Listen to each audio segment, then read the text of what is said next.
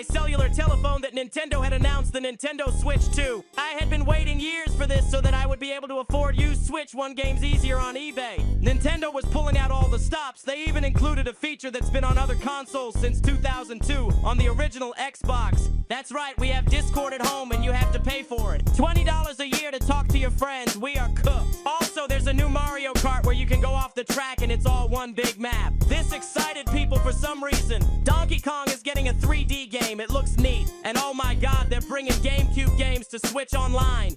Now I won't have to pay hundreds of dollars to play Fire Emblem Path of Radiance on GameCube. Instead, I can just pay $50 a year for the rest of my life. What a bargain. Holy shit, I am so excited for the Switch 2. Let's see how much it costs. I have $450 for the console and $80 for Mario Kart. The Pro Controller is $80 as well, and extra Joy-Cons are $90. I simply cannot afford this as a famous rapper. I need to also be able to pay for my yacht and my monthly trips to Mount Fuji by helicopter upside down, falling from space accompanied by a dozen supermodels. Anyway, I can't believe that Nintendo is this greedy. I also can't believe that people will still be getting this at launch just to play Mario Kart and Fortnite. Oh, what am I saying? Of course, I'm going to at least try to get the Switch 2 just for Street Fighter 6. Pre-orders went live on Nintendo's website, but I slept in that day, so I missed out. Thankfully, I knew a guy who can help me acquire a Switch 2, a man with a very particular set of skills, a man of focus, determination, and sheer will. Les Grossman, as portrayed by Tom Cruise in the 2008 film Tropic Thunder, was the only person with the ability to get me a Switch 2. I mean, he's a Hollywood executive. He has near infinite power in the media industry, as long as you don't get him anywhere near the coke. Damn it, Les Grossman, as portrayed by Tom Cruise, you had one job. I guess I will have to camp out in front of a Best Buy before the system comes out like the peasant that I am. However, I didn't have any camping equipment, so I went to the most extreme camping store in town, the gas station.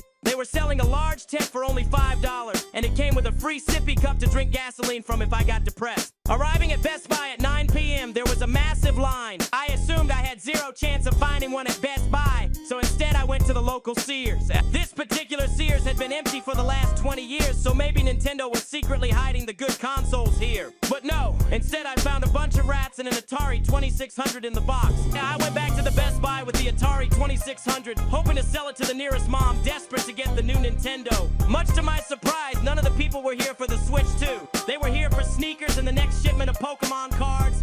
Nonetheless, I offered the Atari to the person who was first in line. They asked what it was, and I said it's got combat and Pong. What more would you want? Nobody had any clue what I was talking about.